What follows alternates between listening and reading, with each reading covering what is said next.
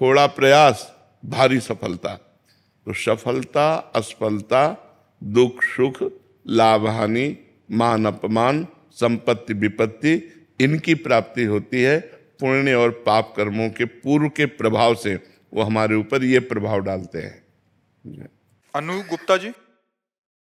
राधे राधे महाराज जी।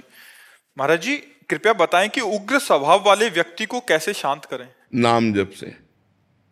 भगवान का नाम जप परम शीतलता प्रदान करता है। अगर हम नाम जप खूब करें तो हमारा उग्र स्वभाव नम्र स्वभाव में विनय में परिवर्तित हो जाएगा, दैन्य में परिवर्तित हो जाएगा। पर वो खूब डट के भजन करें तब, ऐसे नहीं होगा। स्वभाव बहुत मलिन और दृढ़ होता है। अगर जैसे उग्र स्वभाव है, मलिन और दृढ़ है, तो वो हिंसा भी कर सकता है। बाद में भले रोए बैठ के, पर उग्र स्वभाव आ गया तो उग्र स्वभाव में अपनी माँ की हिंसा कर देगा, अपने प्रियजनों की हिंसा कर देगा। बड़ा निंदनीय है उग्र स्वभाव, बड़ा निंदनीय स्वभाव है। शांत स्वभाव में होता है कि हमें बुरा लग रहा है पर हम कुछ कह नहीं रहे, चुपचाप सह रहे हैं, वो चलेगा। लेकिन उग्र स्वभाव वाला बुरा लगते ही वो क्रिया में परिणित हो जाएगा। क्रिया में परिणित हो गया तो पूज्य जनों का अपमान कर देगा, प्रियजनों की हिंसा कर सकता है। इसलिए उग्र स्वभाव को कंट्रोल में करने के लिए सत्संग सुनो और नाम जप करो तो स्वभाव में परिवर्तन आ जाएगा। नितिन जी।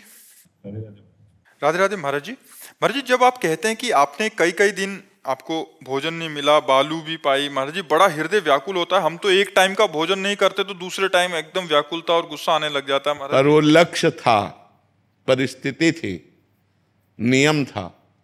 नियम था आकाश वृत्ति। आकाश वृत्ति का नियम ये होता है कि जो परमात्मा तुम्हारे सामने भेज दे बस वही पाना है, न मांगना है न इशारा करना है किसी से, ऐसी वृत्ति। तो जो हम काशी में रहे तो आकाश वृत्ति से रहे, गंगा किनारे जो भ्रमण रहा आकाश वृत्ति से रहा। तब जैसे घाटों में बैठे हैं, अब कौन वहाँ भोजन लावे? वहाँ तो पवित्र नगरी है, वहाँ तो संतों की नगरी। भाई गांव गली में किसी किनारे बैठे हो तो गांव में तो कोई आके पूछ सकता है कि भोजन पाया कि नहीं पाया बाबा जी, लेकिन वो बाबा जियों की नगरी है, लाखों बाबा जी है वहाँ, तो वहाँ से कौन पूछने आवे? तो भगवान विश्वनाथ जी की कृपा से कभी जैसे कोई उधर निकला, थोड़ा सेतुआ दे दिया या थोड़ा 1-2 पीस बर्फी दे दी, वही खा के गंगा जल पी लिया। पर लक्ष्य था भगवत प्राप्ति, इसलिए सब सह गए। भगवान ने ऐसी कृपा करी। नहीं तो वहाँ काशी में कोई भोजन की कमी है? अन्नपूर्णा का क्षेत्र है तो कितने मारवाड़ी क्षेत्र ऐसे हैं कि आप रात दिन चलता रहता है, आप कभी भी भोजन पा सकते हो। लेकिन नियम लिया था कभी कहीं जाएंगे नहीं, किसी से मांगेंगे नहीं, पास पैसा नहीं रखेंगे, जो हमें भगवान दे देंगे वही पाएंगे। तो लक्ष्य था भगवत प्राप्ति, इसलिए सह गए। ऐसा नहीं कि हमें पीड़ा नहीं होती थी, हमें कष्ट नहीं होता था, हमें व्याकुलता नहीं होती थी, बहुत होती थी। पर उसको सह जाना है भगवान की प्राप्ति के लिए, उसको सहना। तो ये नियम का पालन करने के लिए ऐसी भगवान ने सामर्थ्य दी थी तो पार हो गया। पिछले हफ्ते हरिद्वार गए, मेरे संतों को ढूंढते हैं, मैंने कहा महाराज जी कहीं मिल जाए, बैठे हमारे भोजन दिखी नहीं। अब आजकल बहुत भारी व्यवस्थाएं सब चल रही हैं, तो प्रायः सब आश्रमों में रहते हैं। प्रायः अब ऐसे भ्रमण करना बड़ा भयावह हो गया है। अब 1-2 संत कहीं किसी गांव गली किनारे मिल जाए तो लोग मार डालें कि बच्चा चोर है, ऐसा है वैसा है। बड़ा समय गलत चल रहा है। जी वो कभी कभी ना भटक जाता हूँ। जैसे हम लोग नाम सिमरन बहुत महाराज जी से नाम भी लिया होगा, सिमरन करते हैं, सब कुछ करते, कभी कभी मन भटक। हाँ, मन कभी कभी मन नहीं लगता है, लेकिन उसी भटकते हुए मन को संभालना ही तो साधना है। मन की तरंग मार ले, बस हो गया भजन। अभी ये सोच के आए थे कि वृंदावन में एक दिन व्रत रखेंगे, सुबह तक दोपहर तक कुछ नहीं खाया, फिर शाम को गोलगप्पे खा ली। नहीं यार, मतलब भूख से। हाँ नहीं, इसमें क्या होता है, कष्ट सहना होता है कि अब हम गैस की गोली तो खा सकते हैं लेकिन गोलगप्पा नहीं खा सकते। पर हम लोग ऐसे कट्टर नियम के थे, मृत्यु चाहे हो जाए अपने नियम को नहीं तोड़ना, मृत्यु हो जाए। नहीं तो ऐसी भूख लगती थी ना, अब तुम्हें कैसे बताएं, मतलब एकदम भूख ही भूख, लेकिन मांगना नहीं। हमारे सामने आके रख दिया तो हम पा लिए, मांगना नहीं किसी से कभी, पूरा जीवन व्यतीत हो गया। जैसे लोग कहते हैं ना जवानी में उद्दंडता सुहाती है, हमने जवानी में कभी किसी माता बहन को ऐसे नहीं देखा, कभी नहीं देखा, क्योंकि इसी की व्यवस्था ली थी तो और कहां से सुहाई दे। गर्मी सर्दी बरसात सब सहना, किसी से कुछ न कहना, केवल भगवान की प्राप्ति का लक्ष्य रखना। बड़ा कष्टमय जीवन, बड़े अपमान सहे, बड़ी गालियां सही संसार की, तब आज जो है भगवान ये सब लीला कर रहे हैं। ओम कुमारी जी छत्तीसगढ़ से। राधे राधे। राधे राधे महाराज जी। महाराज जी, ब्रह्म या तत्व साक्षात्कार मानसिक अनुभव है या ईश्वर स्वयं चतुर्भुज रूप में हाथ में चक्र गदा शंख लिए साकार रूप में दर्शन देते? नहीं नहीं, ब्रह्म में अपने आप से अपने स्वरूप का अनुभव, अपना स्वरूप ब्रह्म स्वरूप है। ये साकार दर्शन भगवान की भक्ति है, और भक्ति के द्वारा जब हम भगवान के जिस रूप का दर्शन चाहते हैं उस रूप का दर्शन होता है। ब्रह्म निराकार है, उसमें रूप नहीं है, उसमें स्वयं का अनुभव है। ये ज्ञान मार्ग से प्राप्त होता है, सांख्य योग के द्वारा, और चतुर्भुज नारायण रूप भक्ति योग के द्वारा प्राप्त होता है। अलग अलग मार्ग से अलग अलग भावनाओं द्वारा भगवान का अनुभव होता है। जाकी रही भावना जैसी प्रभु मूरत देखी तिन तैसी, जैसी हमारी भावना होती है वैसा हमें दर्शन होता है। ब्रह्म का दर्शन निराकार है और वो अनुभव स्वरूप है। तो जो अनुभव गम्य भजेंगे संता, वो ज्ञान मार्ग से प्राप्त होता है। महाराज जी, साक्षात्कार की योग्यता कैसे बनती है? क्या केवल ज्ञान और भक्ति के द्वारा जीव स्वयं के साक्षात्कार की ओर अग्रसर हो जाता है? बिल्कुल बिल्कुल, किसी एक मार्ग का अवलंबन लेकर, ज्ञान मार्ग का अवलंबन लेकर के वो अपने स्वरूप में स्थित हो जाता है। ब्रह्म विद ब्रह्मैव भवति, जो ब्रह्म को जान लेता है वो ब्रह्म स्वरूप हो जाता है। सोई जाने जे देव जनाई, जानत तुम्हें तुम्हें हो जाए। भक्ति मार्ग में दासोहम है और ज्ञान मार्ग में सोहम है, अहम ब्रह्मास्मि है। दोनों मार्ग सत्य हैं। ज्ञान मार्ग से निराकार ब्रह्म का अनुभव होता है और भक्ति मार्ग से साकार ब्रह्म का अनुभव होता है। राधे राधे महाराज जी। महाराज जी, आपके चरणों में कोटि कोटि नमन। महाराज जी, आपने सत्संग में बताया था कि जब नाम जब चलता रहता है तो सारे विकार धीरे धीरे निकलते हैं और खत्म होते रहते हैं। ये हमें किस तरह पता चले कि अभी जो विकार हम पर हावी हैं वो निकल रहे हैं, या वो हमारे रेगुलर विकार हैं वो पूरी तरह से खत्म होते हैं या दब जाते हैं? विकार कभी रेगुलर नहीं होते। मात्रा स्पर्शास्तु कौन्तेय शीतोष्ण सुख दुखदा, आगमा पायनो अनित्यास तास्ति तिक्षस्व भारत। भगवान अर्जुन से कहते हैं ये इंद्रियों के स्पर्श सुख, ये आगमा पायनो अनित्यास, ये आने जाने वाले अनित्य नाशवान हैं, इनको सहना चाहिए। तास्ति तिक्षस्व भारत, ये सहने से नष्ट होते हैं, भोगने से प्रवृत्ति बढ़ती है। जैसे जैसे हम क्रिया करते हैं भोगों की, वैसे वैसे गंदे संस्कार हमारे बनते जाते हैं। और जैसे जैसे हम धर्मयुक्त भोग भोगते हैं और संयम से रहते हैं तो हमारी इंद्रियां पवित्र, हमारा मन पवित्र, हमारा भाव पवित्र, फिर सब परम पवित्र भगवान को प्राप्त करने की योग्यता आ जाती है। जब हम नाम जप करते हैं, पवित्र आचरण रखते हैं, पवित्र भोजन पाते हैं, पवित्र व्यवहार करते हैं, तो धीरे धीरे धीरे धीरे दीर्घ काल निरंतर सत्कार सेवितो दृढ़ भूमि, दीर्घ काल तक यदि निरंतर नाम जप किया जाए और संयम से रहा जाए तो ये हमारा जो इंद्रिय दोष है, काम क्रोध आदि, ये धीरे धीरे शांत हो जाते हैं। और ये अपने को अनुभव मिलता है, किसी और को नहीं। अपना हृदय निर्विकार होने लगता है, शांत होने लगता है, गंभीरता आने लगती है, प्रसन्नता जागृत हो जाती है। ये सब देवी संपदा के सद्गुण जागृत हो जाते हैं। हिमांशु जी चौमो। राधे राधे महाराज जी, आपके चरणों में कोटि कोटि नमन। महाराज जी, पूरी दिनचर्या को नियमित कैसे करें ये समझ नहीं आता। कुछ समय तो निद्रा और भोजन आदि में चला जाता, कुछ पढ़ाई करने में, थोड़ा कुछ गुरु नियम में, बचे कुछ समय जो निद्रा में समय जाता है उसे भी भगवान को समर्पित करो, जो पढ़ाई में समय जाता है उसे भी भगवान को समर्पित करो, जो मनोरंजन में समय जाता है उसे भी भगवान को समर्पित करो।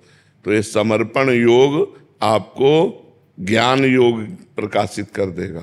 आपके अंदर शुद्ध बुद्धि होने लगेगी। यत करो, शिव भगवान ने कहा जो करते हो वो मुझे समर्पित कर दो। तो नाम जप करते हुए जब चेतना में है तो नाम जप कर रहे हैं, जब निद्रा में 5-6 घंटे तो वो भी भगवान को समर्पित कर देते हैं, जब विद्या अध्ययन या नौकरी या व्यापार वो भी भगवान को समर्पित कर देते हैं। तो इस समर्पण योग से भगवत प्राप्ति की योग्यता आने लगती है।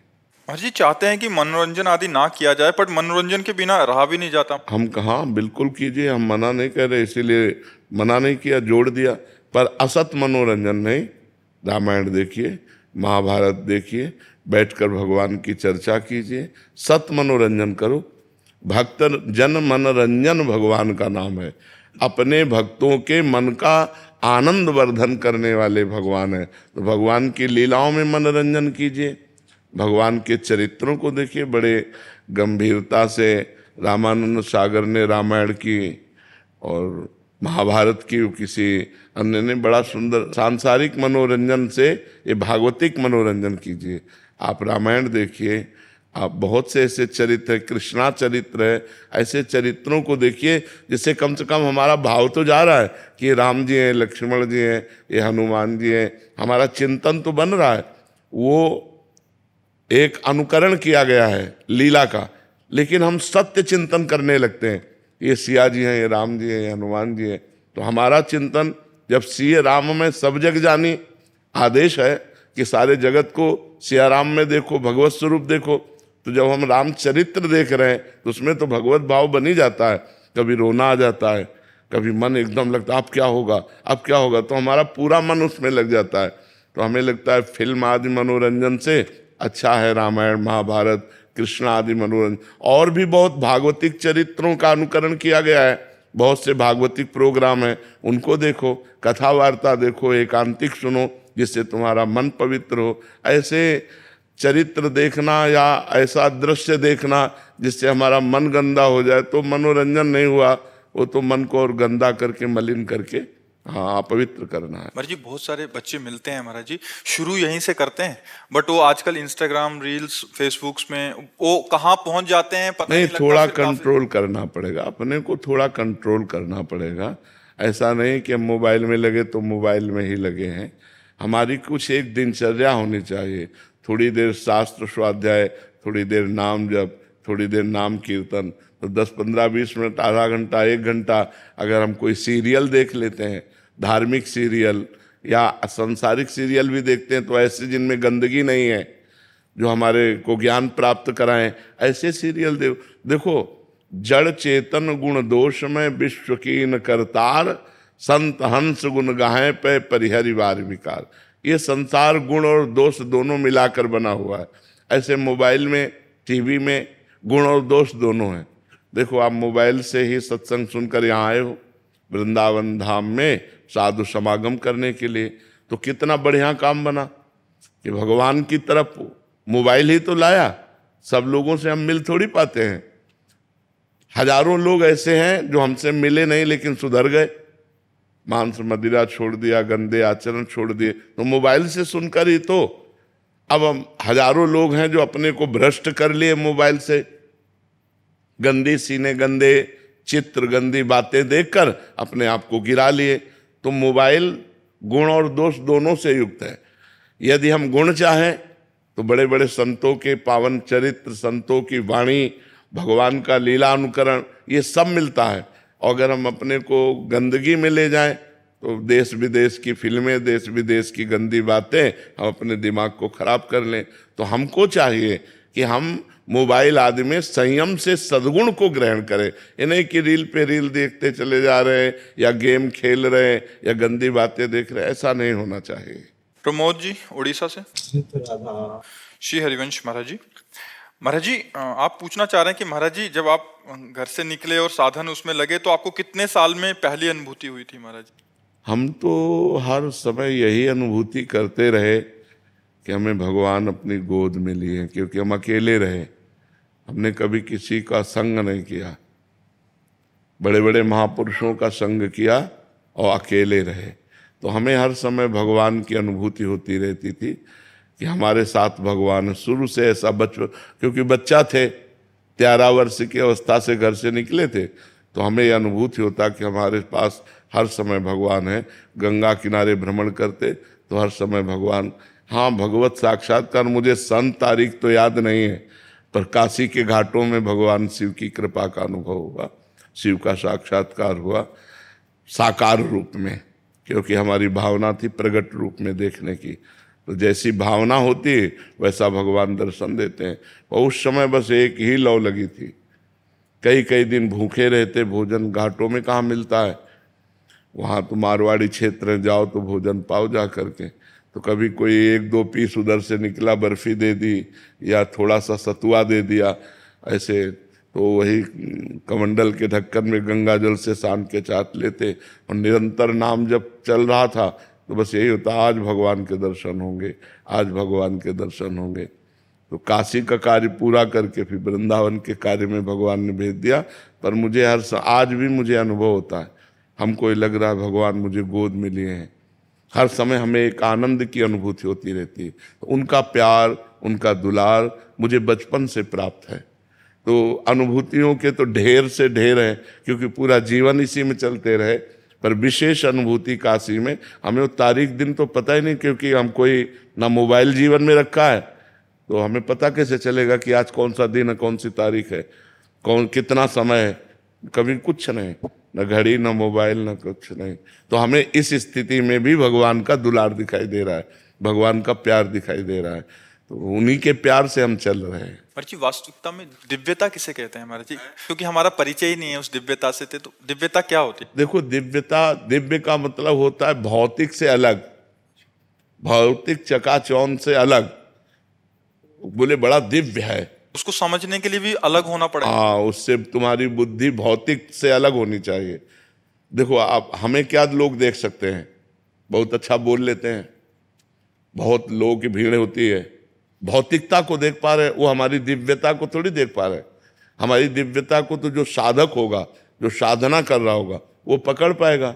नहीं तो लौकिक भीड़ देखी जाती है, बड़े महात्मा किस बात से कह दिया जाता है, बोले उनके पास 1 लाख लोग आते हैं, उनके पास 10,000 लोग आते हैं, यही तो देखा जाता है। ये है क्या? ये दिव्यता है कि भौतिकता है? ये भौतिकता है। तो कोई साधु की पहचान भौतिकता से होती है क्या? साधु की दिव्यता को तो कोई साधु ही देख सकता है, अन्यथा नहीं देख सकता। भौतिकता देख सकता है, भौतिक देख सकता है, भौतिक बातें देखी जाती है। दिव्य तो अनुभव गम्य है, वो केवल पार्थिव बुद्धि से समझ में नहीं आ सकता है। सपना जी ओडिशा से, राधे राधे महाराज जी। महाराज जी, ईश्वर सर्वत्र है, तो उन्हें पाने के लिए इतनी तपस्या क्यों करनी पड़ती है महाराज जी? मेहंदी का पत्ता देखा है? कहीं उसमें लाली मिली क्या? कहीं उसमें लालिमा छुपी है क्या? आप देखो, न डाली में लालिमा है, न पत्ते में लालिमा है, न पूरे पेड़ में लालिमा है, लेकिन प्रक्रिया है। जब हम उसकी प्रक्रिया करते हैं, उसको बांटते हैं और बांट के 40 मिनट अपने हाथ में रखे रहते हैं और फिर धो देते हैं, तो लालिमा आ जाती है। दूध में घी है, पूड़ी निकाल सकते हो क्या दूध में? नहीं, उसकी एक प्रक्रिया है। दूध को गरमाइए, उसको दही जमाइए, दही को मथिए, उससे मक्खन निकालिए, मक्खन को तपाइए, तो आखिरी परिणाम घी। ऐसे ही परमात्मा सर्वत्र है, लेकिन उसकी प्राप्ति की प्रक्रिया है। ज्ञान योग, कर्मयोग, भक्ति योग, उसके द्वारा जब हम तप करते हैं तब उसका अनुभव हो जाता है। समझ पा रहे आप? वो ऐसे अनुभव में आने वाला नहीं सबको अनुभव में आ जाए जी। बाला शर्मा जी उधमपुर से, राधे राधे महाराज जी। महाराज जी, हमारे क्षेत्र के अधिकतर परिवारों में इष्ट पूजा से अधिक पितृ पूजन पर जोर दिया जाता है। जब भी कोई पारिवारिक जन परलोक गमन करता है तो उसकी आत्मा का आवाहन करके उसको पत्थर या धातु की मूर्ति में स्थापित कर दिया जाता है, फिर उनकी विशेष पूजा करते हैं। परिवार पर आई कोई भी आपदा परिस्थिति वो प्रारब्ध ना मानकर पितृ पक्ष का रुष्ट होना मानते हैं। ये सब बेकार की बातें हैं। 1 मिनट टाइम नहीं है, शरीर छूटते ही उसको नरक या स्वर्ग या कर्म के अनुसार अन्य योनियों में भेज दिया जाता है। वो आत्मा खाली थोड़ी बैठे कि हमें जब चाहो तब बुला लो। वो आत्मा तुरंत पैक हो जाती है। मरने के बाद तुरंत ही निर्णय हो जाता है कि सुअर बनेगा कि कुत्ता बनेगा, और इसके बाद नरक भोगवाना है तो फिर नरक, स्वर्ग भोगवाना है तो स्वर्ग, और जहाँ जिस योनि में भेजना है। आत्मा स्वतंत्र थोड़ी होती है, वो तो कब्जे में होती है। भगवान के द्वारा वो निर्धारित होती है। हाँ, पितृजन हैं जो पितृलोक में विराजमान हैं, उनके लिए पिंडदान आदि किया जाता है पितृऋण से मुक्त होने के लिए। ऐसा नहीं कि कोई विपत्ति आ गई तो पितृ नाराज हो गए, कर्म का परिणाम आता है, वो पितृ की नाराजगी नहीं आती है। और भगवान ने कहा है पितृ को पूजने वाले पितरों को प्राप्त होते हैं, भूतों को पूजने वाले भूतों को प्राप्त होते हैं, देवताओं को पूजने वाले देवताओं को प्राप्त होते हैं, और मेरे को पूजने वाले मेरे को प्राप्त होते हैं। तो अब अलग अलग पूजा है, अब देख लीजिए। हरिवंश राय जी लखनऊ से। राधे राधे महाराज जी। महाराज जी, आज से 25-30 वर्ष पहले परिवार वालों ने जबरदस्ती कुल गुरु से मुझे गुरु मंत्र दिलवा दिया। उस समय मानसिक रूप से इसके लिए तैयार नहीं था। महाराज जी कहने का मतलब भूल गए कह रहे अभी। हाँ, वो काम भी नहीं करता। ये जबरदस्ती वाली बातें नहीं है, इसमें अनुभव करके फिर किसी संत को गुरु मानकर फिर उनके द्वारा जो उपासना मंत्र होती है तब काम होता है। देखो जबरदस्ती हुआ तो आप गुरु का मंत्र ही भूल गए।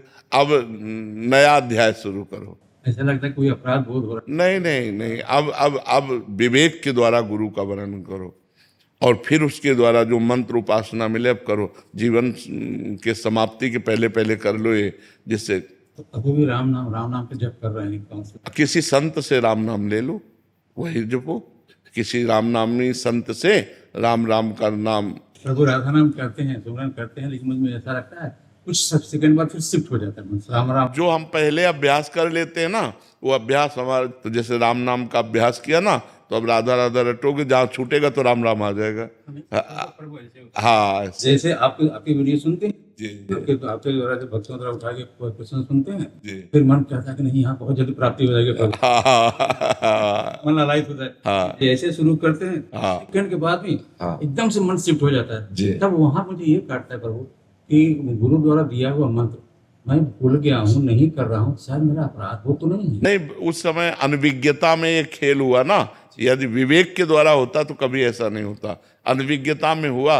अब आगे कदम बढ़ाओ, आप जो है राम राम ही जपो। हाँ हाँ, राम राम ही जपो, ठीक है। कई बार ऐसा होता है कि श्री कृष्ण में प्रीति है और श्री कृष्ण जीवन चरित्र पसंद है, उसका चरित्र कथा पसंद है, लेकिन जब नाम जप करते हैं तो राम नाम मुख से निकलता है, ऐसा क्यों? हाँ, ये अगर राम राम जपोगे तो श्री कृष्ण की प्राप्ति हो जाएगी।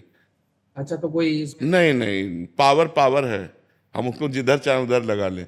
हमारे पास पैसा है, हम जो चाहे खरीद लें। तो नाम रूपी धन है, हम जो चाहे वो प्राप्त कर सकते। मतलब कृष्ण में प्रीति हो और नाम जब राम हो तो चले? चलेगा चलेगा चलेगा, दौड़ेगा, आप चिंता मत कर। क्योंकि वही श्याम है, वही राम है। तत्व में तो अंतर नहीं है, रूप में भी अंतर नहीं है, नाम में केवल अंतर है। रूप वो भी श्याम सुंदर, वो भी श्याम सुंदर। तत्व में वही परम तत्व राम, वही परम तत्व श्री कृष्ण। हाँ, एक में धनुष लिए, एक में मुरली लिए, बात अंतर वो है, वही है, वही प्रभु है, दूसरे नहीं। राजेश कुमार नैयर। जय श्री लक्ष्मी नारायण। राधे राधे महाराज जी। लगभग 7-8 साल से महाराज जी 12 अक्षर मंत्र का मानसिक जाप कर रहा हूँ। ये जाप उठते गुरु बैठते प्रदत्त, चलते- गुरु प्रदत्त होना चाहिए, गुरु प्रदत्त होना चाहिए। मैं ना देवर्षि को गुरु मानता हूँ और मैं चाहता हूँ वो भी मुझे अपना शिष्य माने। हाँ, ये हम आपकी बात का स्वागत करते हैं। अब आप जप सकते हैं। देवर्षि नारद जी के द्वारा ही प्रदत्त 12 अक्षर मंत्र ध्रुव जी को है। भाव से कीजिए और देवर्षि नारद जी को गुरु पद में स्थापित कर दीजिए। आपको जब सही भजन होगा तो स्वीकृति हो जाएगी कि देवर्षि नारद जी आपको शिष्य रूप में स्वीकार कर लिए। आप जपिए। अच्छा गुरुदेव, मैं ना जैसे कभी कभी तो मानसिक चलता है 12 अक्षरी मंत्र, और कभी कभी वैष्णो माता को मानता हूँ मैं, कभी कभी बीच बीच में मेरा फिर नहीं, देखो हम ये कह रहे हैं कि निशाना एक जगह मारो। अब लक्ष्य रखे हो अमुक बिंदु और हेर रहे हो इधर, तो निशाना नहीं लग पाएगा। भगवान एक ही है। वही जब शक्ति रूप धारण करते हैं तो वैष्णो देवी, दुर्गा देवी, काली देवी। वही जब शांत रूप धारण करते तो सिया जी, राधा जी, रुक्मिणी जी। वही है, एक तत्व है। तो बस एक में लग जाओ। दर्शन सब जगह करो, प्रणाम सब जगह करो, जाओ सब जगह, मना नहीं, लेकिन लक्ष्य एक रखो कि मेरे, जैसे मीरा जी कहती, मेरे तो गिरधर गोपाल दूसरों न कोई। एक जगह लग जाओगे तो तुम्हें लाभ प्राप्त होने लगेगा। बहुत जगह मन लगाने से वो बात नहीं बनती जो ऊंचाई पे चढ़ने के लिए चाहिए। तो एक लक्ष्य चाहिए। तो मैं गुरु प्रदत्त मान के बस बस गुरु देवर्षि नारद जी प्रदत्त द्वादशाक्षर मंत्र खूब जप करो और श्रीमद् भागवत का पाठ करो, आनंद। मैं सोच रहा पहले मैं उनसे एक बार प्रार्थना करूं कि मैं आपको गुरु बनाना चाहता हूं, आप मुझे शिष्य बना लो। मैं आपसे पहले इजाजत ले लूं मैं? हाँ बिल्कुल, नारद जी को गुरु बना लो, वो हैं, अब भी हैं, वो भी हैं। अच्छा, मेरा एक और प्रश्न है गुरु से। असल में हमें भगवान इतना कुछ देते हैं, मतलब बीवी बच्चे धन दौलत पैसा मकान सब कुछ, और हम भगवान का नाम गिन गिन के लेते हैं, ऐसा क्यों? गिन गिन के तो लेने के लिए इसलिए कहा गया है कि तुम्हारी रुचि बन जाए। अभी रुचि नहीं है ना, तो जैसे आज 10,000 जपा तो कल 12,000 जपे, न तो 15,000 जपे, और जब जपने में आ जाओगे तो ये गिनना खत्म हो जाएगा।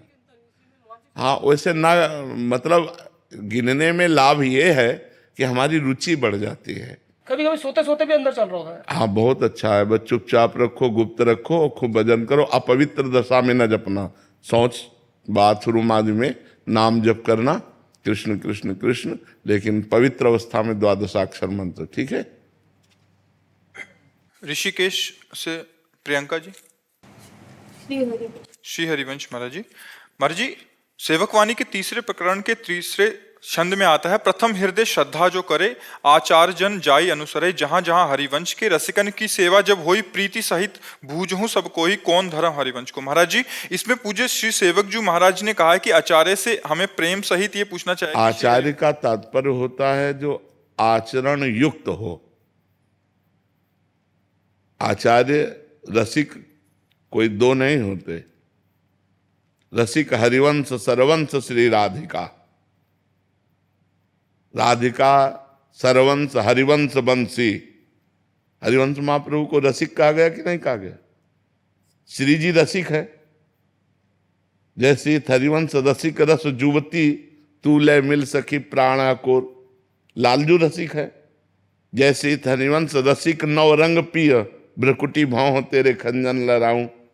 तो जो रसिक प्रिया प्रीतम के प्रेम में पगे हुए हैं, जो आचरण प्रस्तुत करते हैं श्री जी की सेवा के, ऐसे रसिकों से, ऐसे आचार्यों से हम मिलें। और कौन धर्म हरिवंश को, हरिवंश का धर्म कौन है, ये हम उनसे पूछें। कैसे सेवा, कैसे आचरण करें जिससे हरिवंश प्रसन्न हो, प्रिया प्रीतम प्रसन्न हो, प्रिया प्रीतम की प्राप्ति हो, ये बात उसमें पूछी गई। तो क्या संशय इसमें? महाराज जी कह रहे हैं कि हमें प्रेम सहित ये पूछना चाहिए कि श्री हरिवंश का धर्म क्या है। कृपया हमें भगवान समझाने का कृपा करें कि मेरा आश्रय, मतलब मुझे हमारी हितोपासना में और गाढ़ प्रेम हो जाए। 84 जी और इसका तो पाठ करती हूँ, पर फिर भी गाढ़ प्रेम उत्पन्न, बस फिर भी नहीं लगना चाहिए। सेवक शरण सदा रहे अनत नहीं विश्राम, कै वाणी हरिवंश की कै हरिवंश नाम।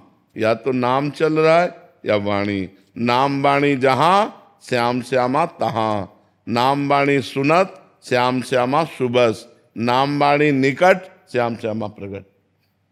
और सुख देवे को चावचित सब सोहित निष्काम, या सुधर्म हरिवंश को नाम गिरा विश्राम। सबकी सेवा करने का भाव हो, सब में श्यामा श्याम विराजमान है। जैसे गोस्वामी जी कैसे सिय राम में सब जग जानी, ऐसे राधे श्याम सब जगह विराजमान है। चिद चिद लक्षणम सर्वम राधा कृष्णमयम जगत, पूरे जगत में भगवान हर जीवात्मा में विराजमान है। सबकी सेवा करें, सबके प्रति भाव रखें, किसी से लड़ाई झगड़ा द्वेष पाप आचरण न करें, यही हरिवंश धर्म है। खूब नाम जप करें, वाणी जी का गायन करें और श्री जी की सेवा विराजमान करके अष्टयाम सेवा करें। राहुल शर्मा जी। राधे राधे। राधे राधे महाराज जी। महाराज जी, जब किसी का अच्छा मकान और कोई गाड़ी अच्छी देखते हैं तो लगता है ऐसा बड़ा घर मेरा भी होता, गाड़ी मेरे पास भी होती। महाराज जी, ये सोचना है, अगर हम किसी को देख कर के सोचते हैं कि अच्छा मकान और अच्छी गाड़ी होनी चाहिए, तो किसी को मर के देख के फिर हमारी सोच क्यों नहीं काम करती कि हमको भी मरना है, कुछ साथ नहीं जाना है। इसलिए यार अच्छा काम कर लो, दूसरों को सुख पहुंचा लो, नाम जप लो, भगवान का चिंतन कर लो, परलोक बना लो। इस लोक का तो कुछ जाने वाला है नहीं, तो परलोक के विषय में कभी सोचा? परमार्थ के विषय में कभी सोचा? भगवान की प्राप्ति के विषय में कभी सोचा? हम कह रहे हैं 1 अरब का तुम्हारा मकान हो, लेकिन मरोगे तो ईंट लाद के ले जाओगे क्या? शरीर भी तो नहीं जाएगा। अरबों बैंक में जमा हो, यहीं के यहीं रह जाएंगे। यार झूठी चीज के लिए क्यों इतनी बड़ी कामना करना? कामना करो तो सत्य चीज की करो कि मुझे भगवान की प्राप्ति हो जाए, मैं सबको सुख पहुंचाऊं, मेरे द्वारा कोई पाप ना हो, मैं किसी की हिंसा ना करूं, किसी को दुख ना पहुंचाऊं। ये बातें सोचो ना, ये बातें सोचोगे तो परेशान हो जाओगे। क्योंकि जितना तुम किसी का मकान देख रहे हो, उसके बाद जब तुम अपना मकान तैयार करोगे तो ऐसा मकान भगवान तुम्हें दिखा देंगे जो तुम्हारा मकान कुछ है ही नहीं उसके आगे। फिर क्या करोगे? फिर और बनाओ, बनाते बनाते मर जाओगे, कुछ होगा नहीं। अब कितनी आयु रह गई, अपने को क्या पता अगला मिनट हमारा है कि नहीं? हमें क्या गारंटी? हमें क्या गारंटी कि अगला मिनट हमारा है? हम अगले मिनट रहेंगे कि नहीं रहेंगे, कोई गारंटी नहीं। यार ऐसी कमाई करो जो लोक परलोक सब जगह आनंद दे, वह भगवान का नाम जप करो, और जैसे भगवान रखें वैसे रह लो, और हमारा अंतिम बढ़िया बनना चाहिए। मृत्यु के विषय में तो कोई सोचता ही नहीं यार, और वो सत्य है, वो आनी है, और सब चौपट कर जानी है। हमारा मित्र, हमारी पत्नी, हमारा पुत्र, हमारा परिवार, हमारा घर, हमारा बैंक बैलेंस सब यहीं रह जाएगा। यार जब अकेले जाना है, दुनिया में लाखों का मेला जुड़ा, हंसा जब जब उड़ा तो अकेला उड़ा। यार उस समय की बात सोचो। ये क्यों? वो समय आने वाला है। अब कब आने वाला है अपने को पता नहीं, 20 साल, 10 साल, 10 मिनट, 10 सेकंड, कोई पता नहीं यार। इसलिए सोच करो तो अच्छी करो, काहे कहीं ईंट पत्थर वाली सोच करो, है? अच्छी सोच करो। भगवान की कृपा से जैसे तुम्हारा निर्वाह हो रहा है वैसे कर लो, अच्छे आचरण करो, भगवान का भजन करो, किसी को दुख मत पहुंचाओ, इसी से तुम्हारा मंगल हो जाएगा। महाराज जी ईंट पत्थर भी मिल जाएं और भगवान भी मिल जाएं, ऐसा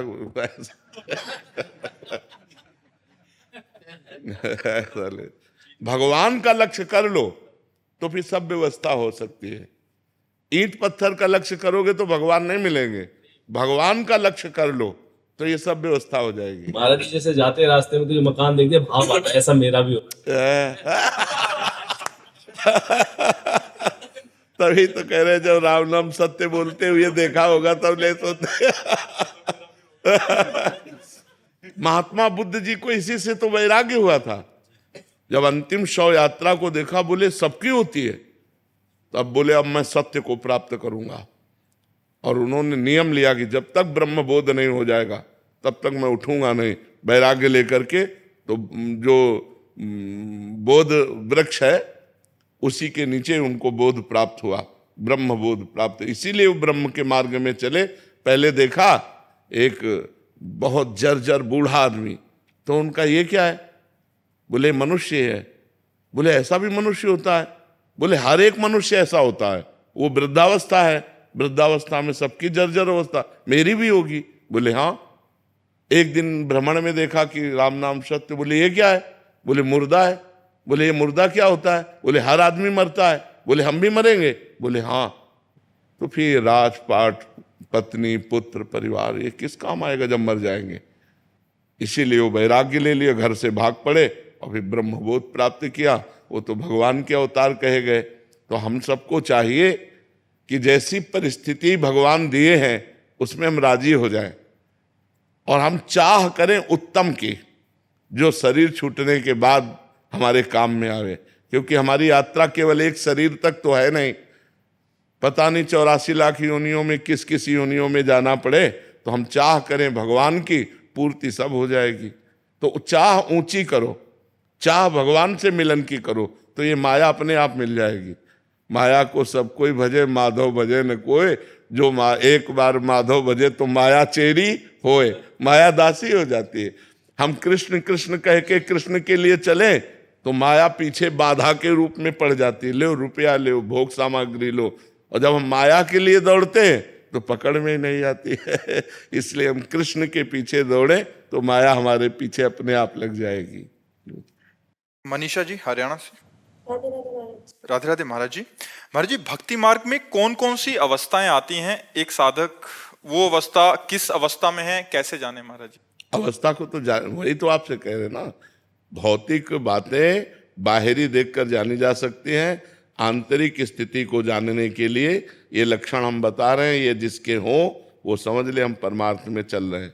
शांतिरव्यर्थ कालत्वम, विरक्तिर्मान शून्यता, आशा बंधा समुत्कंठा नाम गाने सदा रुचि आसक्तिस्तद गुणाख्याने प्रीतिस्तद वसति स्थले।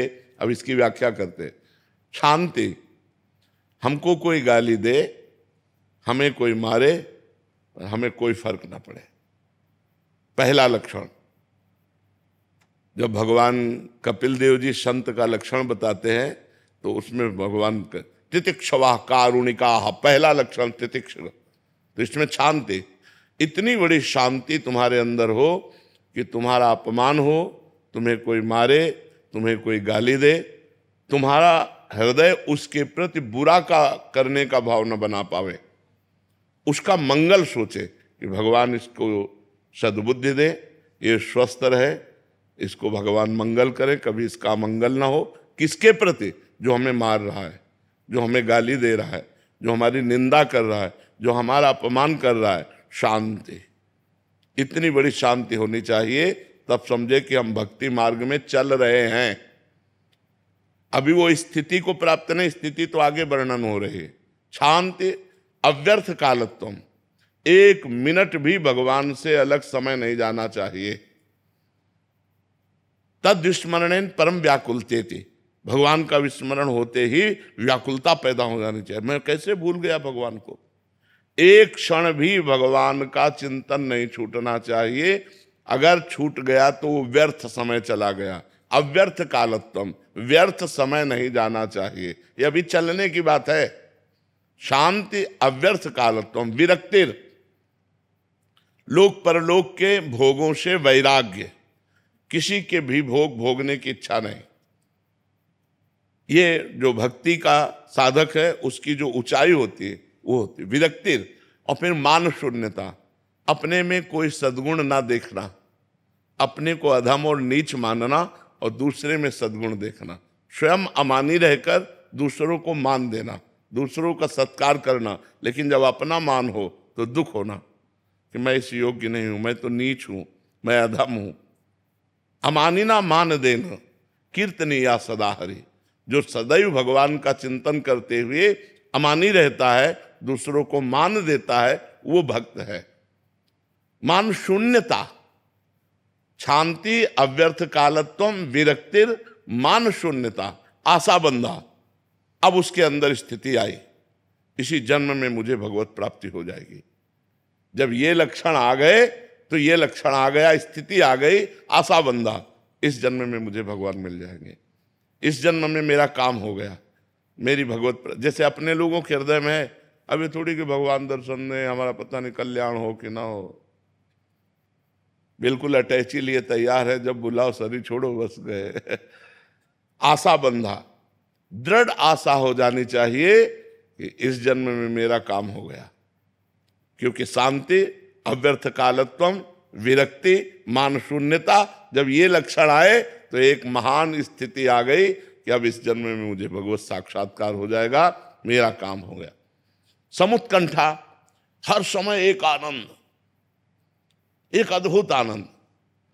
जैसे हमसे पूछा किसी ने कि आपको कैसा आनंद लगता है, तो हम कहा पहली बात तो वाणी से बता ही नहीं सकते, क्योंकि किसी प्राकृतिक वस्तु के सुख को आप वाणी से नहीं बता सकते।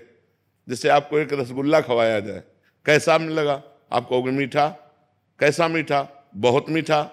नहीं, बहुत मीठा कैसा? तो आप कहोगे खा के देख लो। इसके आगे आप नहीं वर्णन कर सकते।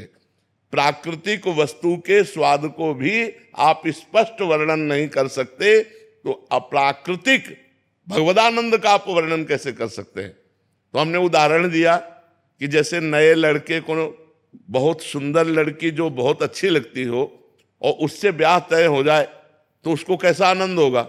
उससे करोड़ों गुना बनकर के हमारे हृदय में आनंद हर समय बना रहता है। इसीलिए किडनी फेल हमको दुख नहीं पहुंचा पाती, हर समय भगवद आनंद। समुत्कंठा, हर समय एक उत्कंठा भगवान से मिलन की, एक भगवान के चिंतन का अद्भुत आनंद। नाम गाने सदा रुचि, भगवान के नाम में इतनी रुचि हो गई कि त्रिभुवन की राज्य लक्ष्मी दे दी जाए तो भी नहीं छोड़ सकता। आसक्ति तद्गुणाख्याने, जिसके पास बैठ गया भगवान की चर्चा शुरू हो गई, वो भगवान की चर्चा सुने और कहे बिना रह नहीं सकता। और प्रीतिस्तद वसति स्थले,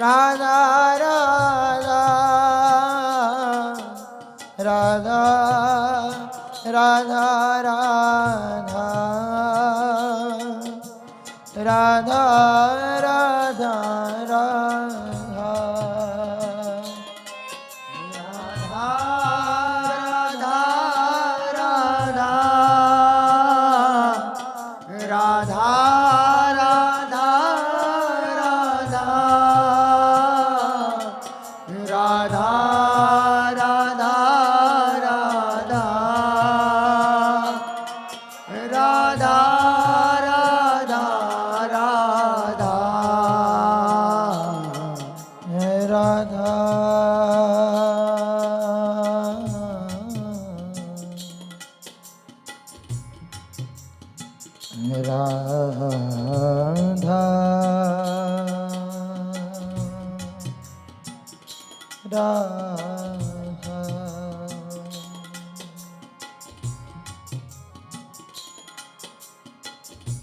इतना तो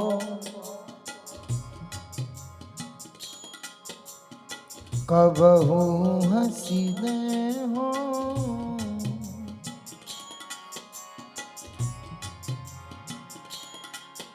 इतना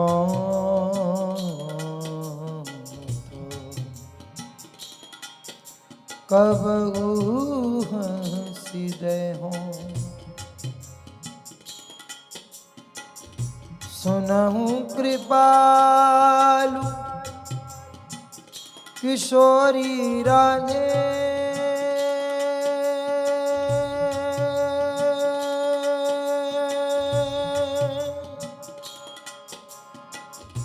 सुनहु कृपालु किशोरी राधे राधे राधे राधे राधे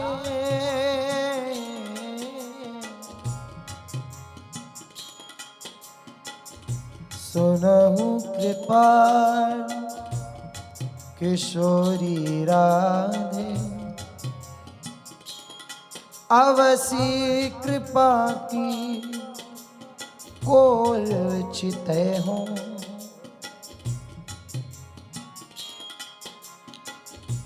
इतना तो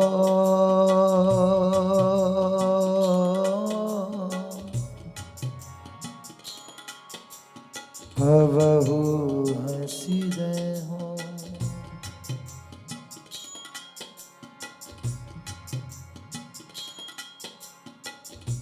तुम मोही मिलो मिलो ना कृपा निधि मोको ढूंढत तो भटके हो